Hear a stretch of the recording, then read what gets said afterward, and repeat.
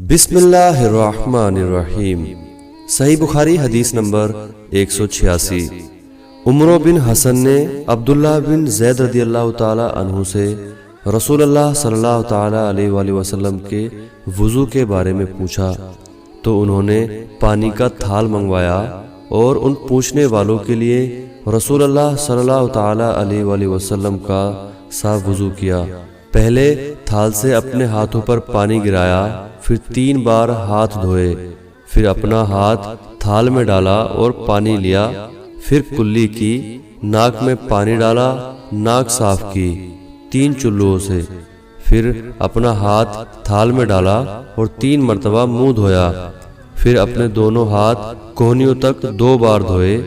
پھر اپنا ہاتھ تھال میں ڈالا اور سر کا مسح کیا، پہلے آگے لے گئے پھر پیچھے لے گئے 1 بار، پھر ٹخنوں تک اپنے دونوں پاؤں دھوئے۔